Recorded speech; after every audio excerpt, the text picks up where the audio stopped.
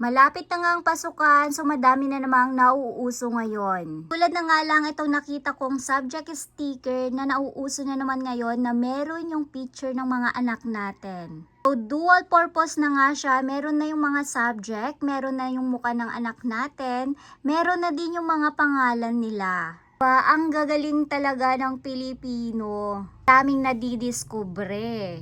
Kung interesado kayo sa ating tutorial for today, huwag kang papahuli.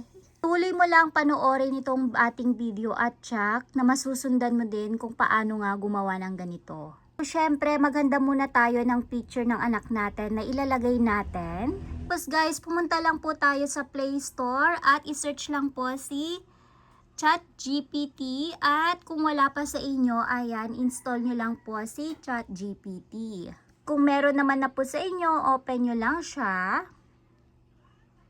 Ayan, make sure nyo lang na nakahanda na yung picture na ilalagay ninyo. So, pindutin lang po natin yung plus sign dito. Tapos, photos. Ayan, piliin nyo na po yung picture na gusto nyong ilagay. And then dito guys, maglalagay tayo ng prompt. Don't worry, yung prompt ilalagay ko guys sa description para makopy nyo. So last time, sa comment ko siya nilagay, so hindi pala nakakopy yung mga text sa comment. So ang gagawin nyo guys, para makopy nyo po yung ating prompt, ilalagay ko po sa description dahil dun nyo po siya pwedeng i-copy. So, dito guys, meron lang tayong ilalagay. Syempre, eto, edit nyo na lang po yung pangalan ng anak ninyo. Ayan, makikita nyo naman dyan, yung include her name. Ayan, syempre, yung pangalan ng anak ninyo.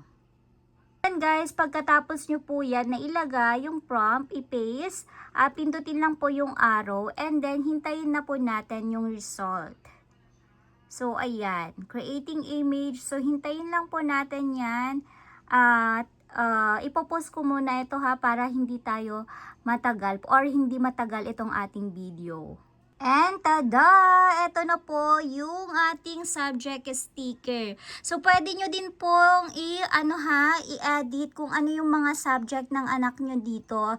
Katulad nito guys, kung merong kulang, ayan, pwede nyo din pong idagdag. Kunyari yung subject include to, ayan, MAPE, GMRC, Mathematics, Philippine. Pwede kayong magdagdag dyan guys ng subject kung merong wala dito. Ayan, pwede nyo siyang i-edit.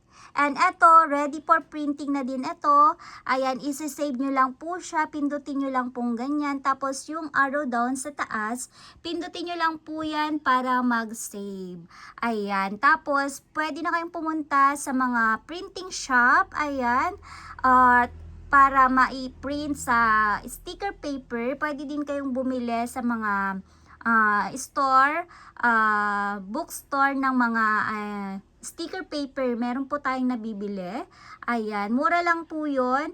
O kaya naman, tanungin nyo po sa printing shop kung meron silang sticker paper, kung may available silang sticker paper.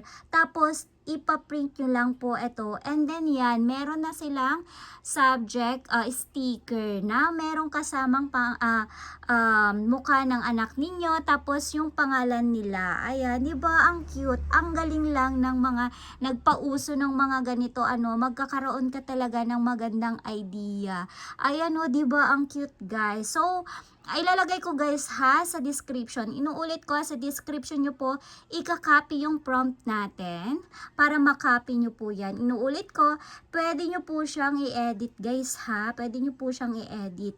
Syempre, wag nyong kakalimutan yung pangalan ng anak ninyo. Ayan. So, ayun lang po at salamat sa mga nanonood at patuloy na sumusuporta dito sa aking channel. Ayan. Thank you for watching.